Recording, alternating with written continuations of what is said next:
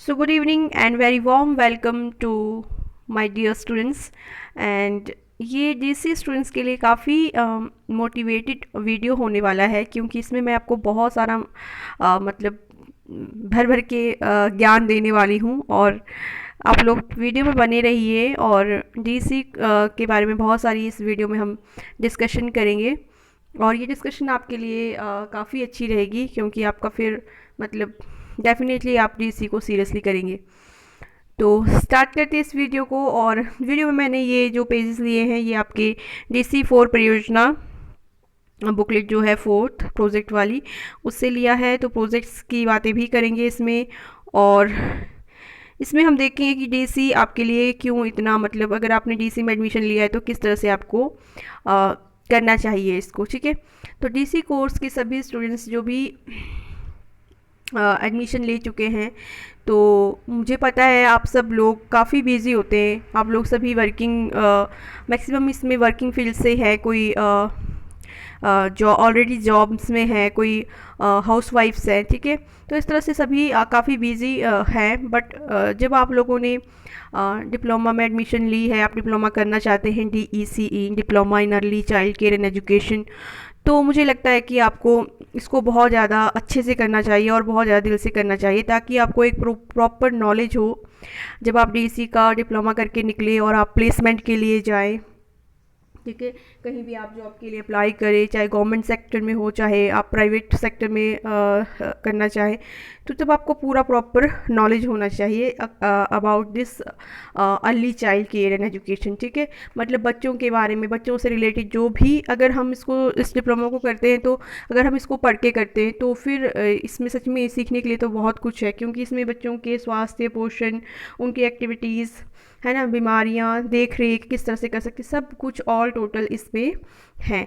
तो ये सब कुछ अगर आप सीरियस होके करते हो और दिल से करते हो, तो आपको जब आप लोग किसी भी फील्ड में जाते हो आगे, मान लो जो गवर्नमेंट जॉब्स के लिए जाते हो या फिर प्राइवेट प्लेसमेंट के लिए जाते हो, तो आपको कुछ भी क्वेश्चंस आगे से आते हैं तो आप रिप्लाई कर सकते हो। ना केवल क्वेश्चंस इंटरव्यूज़ की बात होती है, जब आप स्कूल्स में अगर आप मान लो लग जाते हो, उसके बाद भी अपने बच्चों को किस तरह से करवाना है उसका आपको प्रॉपर, आपको कभी भी कन्फ्यूज़न नहीं होगी कि आप क्या करवाओ बच्चों, क्योंकि आपके पास इतनी सारी एक्टिविटीज़ होगी। आपको पता होगा कि अच्छा, अब मुझे बैलेंस रखना है अपनी पाठ्यचर्या में, कुछ मुझे ऐसे खेल क्रियाएँ करवानी बच्चों को जिससे उनका शारीरिक विकास हो, साथ में कुछ ऐसी भी क्रियाएँ करवानी जिससे वो थोड़ा रेस्ट में जाए, थोड़ी स्मूथ सी क्रियाएँ करवानी है ना, स्थूल क्रियात्मक एक्टिविटीज़ करवानी है, या फिर कुछ जिससे उनका संज्ञात्मक विकास हो रहा है, किस तरह से, मतलब different different varieties of activities आपको ऑलरेडी पता होगी अगर आपने इसको पूरा पढ़ा होगा।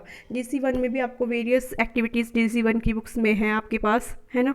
तो इस तरह से आप मतलब अगर इस डिप्लोमा को अच्छे से करते हो, तो आपके पास काफ़ी प्रॉपर नॉलेज हो जाता है और आपको कोई भी कन्फ्यूज़न नहीं होती है। और इसमें जॉब्स के भी आपके पास काफ़ी ऑप्शंस होते हैं। अगर आप गवर्नमेंट सेक्टर में नहीं लग पाते बाई चांस, तो फिर प्राइवेट में भी आप अप्लाई करते हो। प्राइवेट में भी आपके पास अच्छे अच्छे स्कूल्स हैं जिसमें आप लग सकते हो। कई अच्छे अच्छे स्कूल्स, KVS, TPS, इनमें भी KVS की बात करें तो इसमें भी कॉन्ट्रेक्चुअल बेस पर भी लग जाते हैं, और उसके बाद जब एक्सपीरियंसेस हो जाते हैं तो बाद में आपकी परमानेंटली भी आप इसमें कर सकते हो। तो इसमें जॉब अपॉर्चुनिटीज़ भी बहुत ज़्यादा है, इसलिए इसमें प्रॉपर नॉलेज लेना भी बहुत ज़्यादा ज़रूरी है। इसीलिए मैं कहूँगी कि अगर ये सीखना कि कैसे करना है, क्या करना है, किस तरह से आपको नॉलेज हो, तो इसके लिए तो मैं यही कहूँगी कि आप हमारी वीडियोस को देखा करें सच में सीरियसली।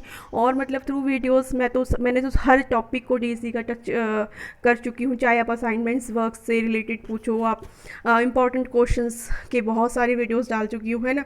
प्रोजेक्ट्स वर्क से रिलेटेड आप कुछ भी क्वेश्चंस पूछो, कुछ भी वीडियोस आप देख सकते हो। मेरे चैनल पे जाके आप प्लेलिस्ट को चेक करेंगे DECE की, तो उसमें आपको पूरा प्रॉपर मिल जाएगा। तो थ्रू वीडियोस पढ़ना इंटरेस्टिंग भी होता है, क्योंकि आप बोर भी नहीं होते हो आपको। और जो चीज़ हम ह्यूमन नेचर ऐसा होता है कि अगर हम बुक से पढ़ते हैं तो हाँ, कई बार हम बोर हो जाते हैं और भूल भी जाते हैं चीज़ों को। बट अगर हम किसी चीज़ को पिक्चर्स में देखते हैं या फिर सुनते हैं, तो वो ज़्यादा देर तक हमें रिमाइंड रहता है। तो वीडियोस देखा करें, और ये वीडियोस भी बनाए इसीलिए हैं ताकि आप लोग इसको देखें और आप इसको समझें कि किस तरह से आपका है। अब देखिए इसमें हम, जैसे कि ये मैंने पेज लिया, इसमें क्या लिखा है कि शिशु गृह में पालनकर्ता द्वारा किए जाने वाले कार्य और संबंधित ज्ञान और कौशल। ठीक है, तो इसमें शिक्षिका का पालनकर्ता का है कि किस तरह से उसके कार्य और उसकी कौशल है ना, ज्ञान का इसमें पूरा बताया गया है। तो कार्य क्या है, वातावरण को शिक्षिका का कार्य क्या है, वातावरण को सुरक्षित रखना। ज्ञान क्या है, परिवेश को सुरक्षित व स्वस्थ किस प्रकार रखें, ये ज्ञान है। अब रखना तो है, किस तरह से रखें, है ना। और कौशल क्या है, पर्यावरण की असुरक्षित वस्तुओं व सामग्री जैसे कि तेज धार वाली वस्तुओं को बच्चों की पहुंच से दूर रखना, ये कौशल है। ये सब चीज़ें आप तभी समझोगे जब आप चीज़ों को पढ़ोगे, आप सीखोगे, है ना।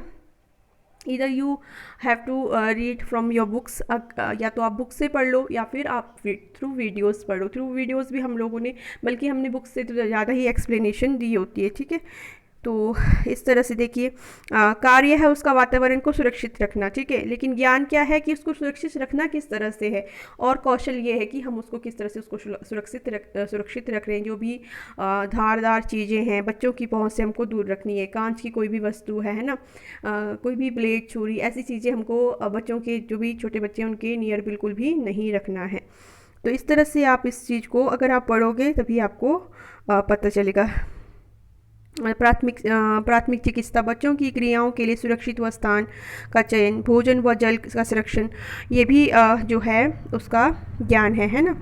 भोजन तथा जल के प्रयोग में सफाई का ध्यान। एक बात और, जब भी आप कोई भी क्वेश्चन को आप लिखते हो एग्ज़ाम में, तो उसको मतलब सिर्फ समझो आप कॉन्सेप्ट्स को, और उसको अपने हिसाब से आप लिखो, अपने हिसाब से आपको जो भी याद आ रहा है, जो भी आपको आपकी समझ में जो भी लगता है आपको, वो डेफिनेटली जब आपने क्वेश्चन को समझा होगा, क्वेश्चन को क्लियर किया होगा, उस टॉपिक को क्लियर किया होगा, तो आपको कुछ ना कुछ उसके बारे में अपने शब्दों में याद आता रहेगा और आप उसको वैसे ही लिख सकते हो। बच्चों की शारीरिक देखभाल, है ना। तो ये सब जो है इसमें एक शिक्षिका के ज्ञान कौशल की बात की गई है, और कार्य की, क्या क्या कार्य होना चाहिए, बच्चों के सोने जागने का समय, और उनके, जब ये सभी कार्य अगर शिक्षिका में होगा तो फिर वो स्कूल में भी शिक्षा दे सकती है ना। तो इस तरह से अगर इनमें ये सारी खूबियाँ होनी चाहिए, तो ये इसीलिए है, ये तालिका आपकी फ्रंट में ही मिलेगी, आपको बुकलेट में फर्स्ट में ही दी गई है। बच्चों के लिए उचित कपड़ों से संबंधित समुचित जानकारी, वृद्धि चार्ट संबंधी के आधार पर बच्चे की वृद्धि तय करना, सफाई और शौच से संबंधित जरूरतों का ध्यान रखना, बीमार और अल्प बच्चों की पहचान, है ना। तो जैसे कि हमारे पास कुछ विशेष बच्चे होते हैं, उनकी पहचान करना, और उनको उनके हिसाब से फिर शिक्षा देनी, उनके हिसाब से हमें योजना तैयार करनी, लक्ष्य तैयार करना, और उस लक्ष्य को छोटे छोटे उसमें डिवाइड करना, और थोड़े थोड़े उससे उसको प्राप्त करना। तो इस तरह से बच्चों की प्रेरणा और भावनात्मक आवश्यकताओं की पूर्ति करना। तो ये जस्ट मैं आपको बता रही हूँ इस वीडियो के थ्रू कि किस तरह से अगर आप पूरा चीज़ों को दिल से करते हो तो आप एक अच्छी जब आपके पास डिप्लोमा होगा तो सिर्फ ना डिप्लोमा होगा आप, बल्कि एक अच्छी शिक्षिका बन के आप निकलेंगी, और आप इतनी कॉन्फिडेंट होंगी। जब आपके पास नॉलेज होता है तो कॉन्फिडेंस कुछ और ही लेवल का होता है, और जब नॉलेज नहीं होता है तो फिर वही फिर अटकते रहते हैं। हर क्वेश्चन में कुछ भी क्वेश्चन पूछेंगे तो आगे से फिर ऐसी मतलब आधे आधे शब्द बाहर निकलते हैं। तो यही है कि जब आप नॉलेज लेके निकलोगे बाहर तो फिर आप कॉन्फिडेंट होंगे अपने जॉब को लेकर। सो आपको वीडियो अच्छा लगता है तो शेयर कीजिए, सब्सक्राइब ज़रूर कीजिए, और कुछ भी डाउट्स है, कुछ भी बात करना चाहते हो मुझसे ऐसे ही तो कमेंट ज़रूर कीजिए। Thank you.